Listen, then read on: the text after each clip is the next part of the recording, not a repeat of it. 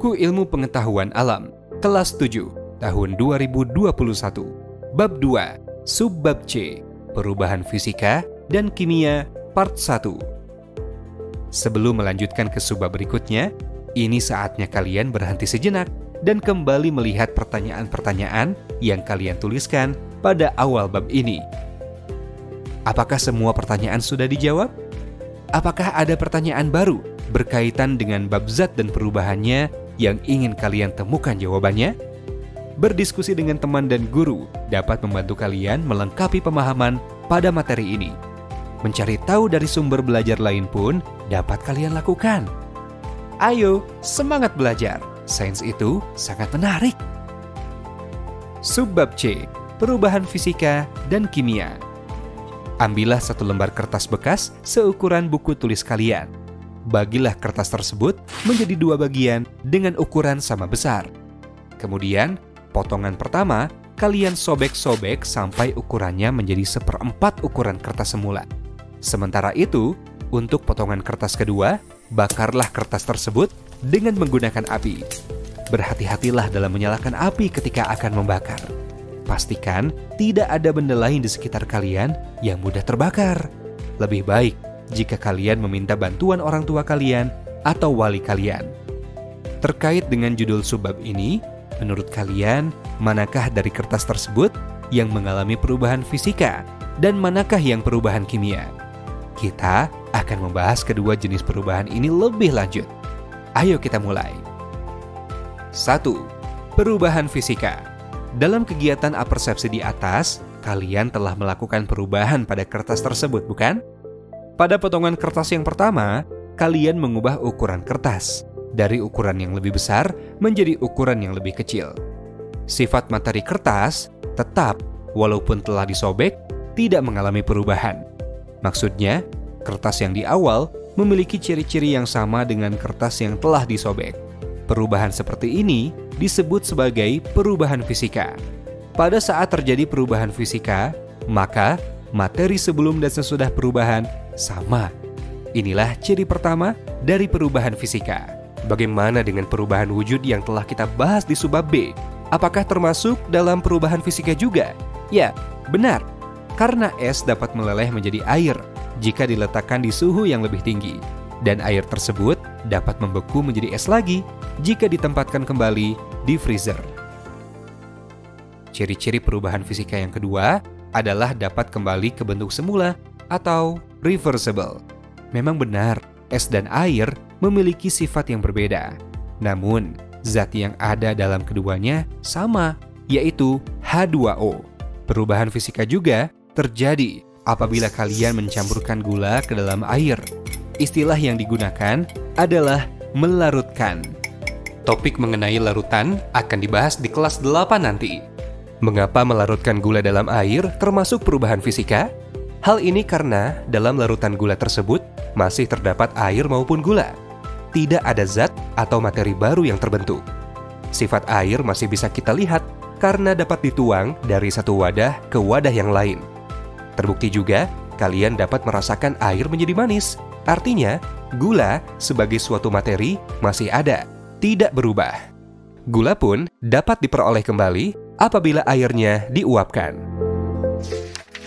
Baik teman-teman, kita masuk pada bahasan yang kedua, siklus air.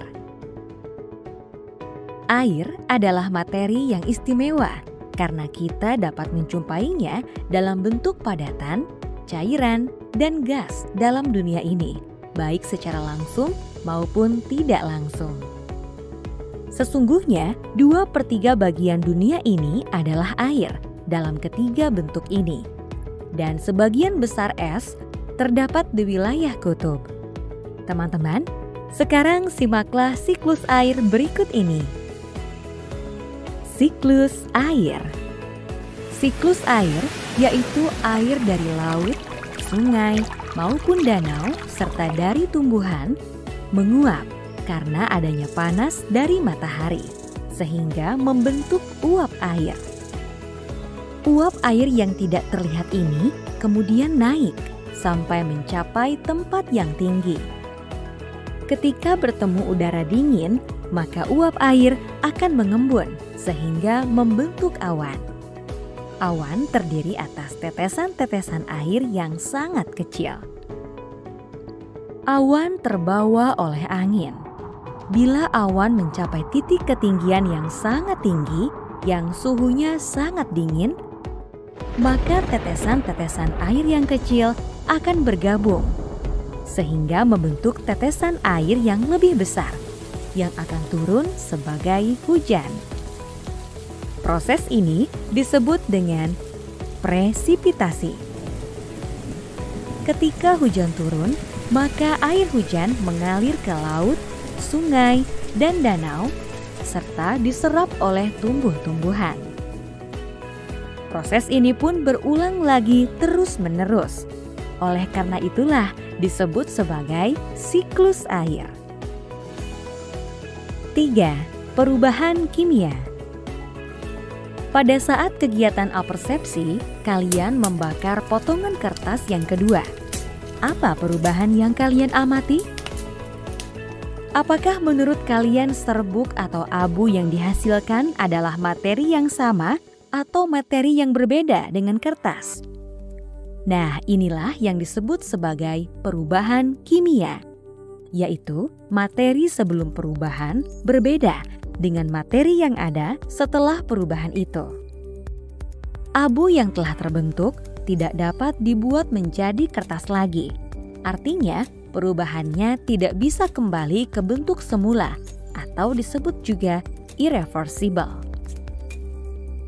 Apakah kalian dapat menyebutkan perubahan kimia yang selalu terjadi dalam keseharian kalian?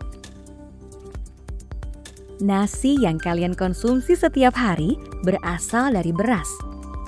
Ketika beras dimasak, maka terjadilah reaksi kimia, sehingga beras akan berubah menjadi nasi.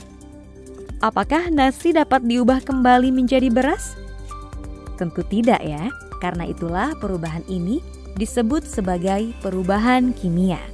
Nasi adalah suatu materi yang berbeda dengan beras.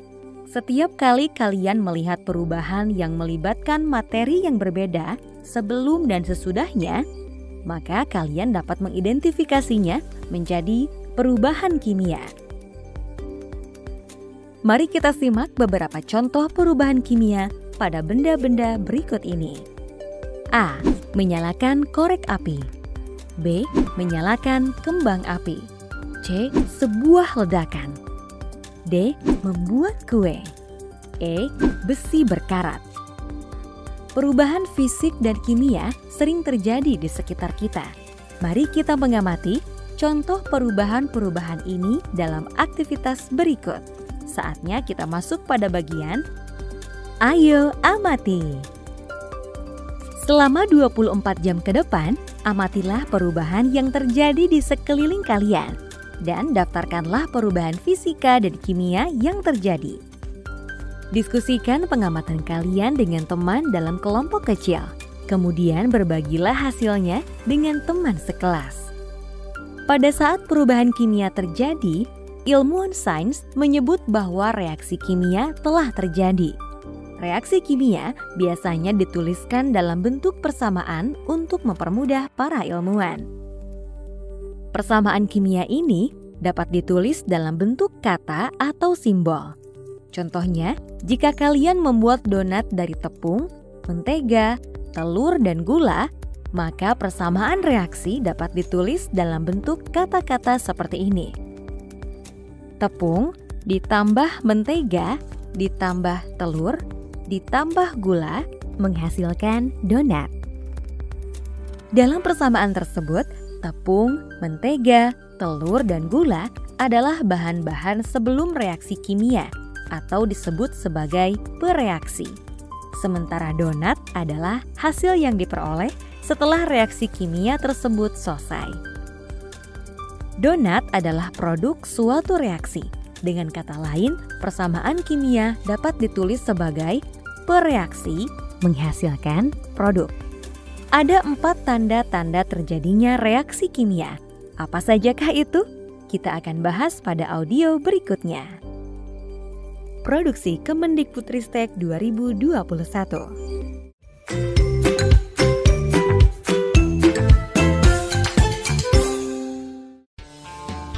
Buku Ilmu Pengetahuan Alam, kelas 7, tahun 2021, bab 2, subbab C, Perubahan Fisika dan Kimia, part 2. Mari kita lanjutkan 4 tanda-tanda terjadinya reaksi kimia. A. Ada perubahan warna. Pernahkah kalian melihat orang yang rambutnya dicat menjadi warna rambut yang berbeda dari sebelumnya? Nah, ini adalah contoh perubahan kimia yang menunjukkan perubahan warna. Contoh lainnya juga terjadi ketika ibu memanggang kue sampai warnanya kecoklatan. Simaklah ilustrasi berikut. Ketika dua macam cairan yang berwarna bening, yaitu cairan timbal 2-nitrat dan cairan kalium iodida dicampurkan, maka terbentuklah warna kuning dalam campuran tersebut. Warna kuning ini menunjukkan adanya senyawa baru yang terbentuk, yaitu timbal 2 iodida. Perubahan ini menunjukkan cairan sebelum reaksi dan sesudah reaksi adalah cairan yang berbeda. Tidak sama lagi, sehingga disebut perubahan kimia. Persamaan reaksinya dari percobaan tersebut adalah timbal 2 nitrat ditambah kalium iodida menjadi timbal 2 iodida ditambah kalium nitrat. Selanjutnya, B. Terbentuk gas. Tanda kedua dapat dilihat pada reaksi antara logam magnesium dengan larutan bening asam klorida. Ketika magnesium dimasukkan ke dalam larutan asam klorida, muncul gelembung-gelembung kecil yang terbentuk. Gelembung ini berbeda dari yang terbentuk saat air mendidih, karena gelembung ini merupakan hasil reaksi kimia antara magnesium dan asam klorida yang membentuk gas hidrogen. Selain gas hidrogen, dihasilkan pula larutan magnesium klorida. Jadi, dapat kita lihat bahwa zat yang ada sebelum dan sesudah reaksi itu berbeda. Adapun pada saat air mendidih, baik air maupun uap air mengandung zat yang sama, yaitu H2O. Dapatkah kalian menulis persamaan kimia untuk reaksi tersebut? Tanda-tanda terjadinya reaksi kimia yang berikutnya yaitu C. Terbentuk endapan. Beberapa reaksi kimia menghasilkan endapan sebagai salah satu produknya. Padahal, tidak ada endapan atau padatan pada pereaksinya. Reaksi awal biasanya berupa larutan yang keruh setelah dicampur. Larutan yang keruh menunjukkan adanya padatan yang tidak larut.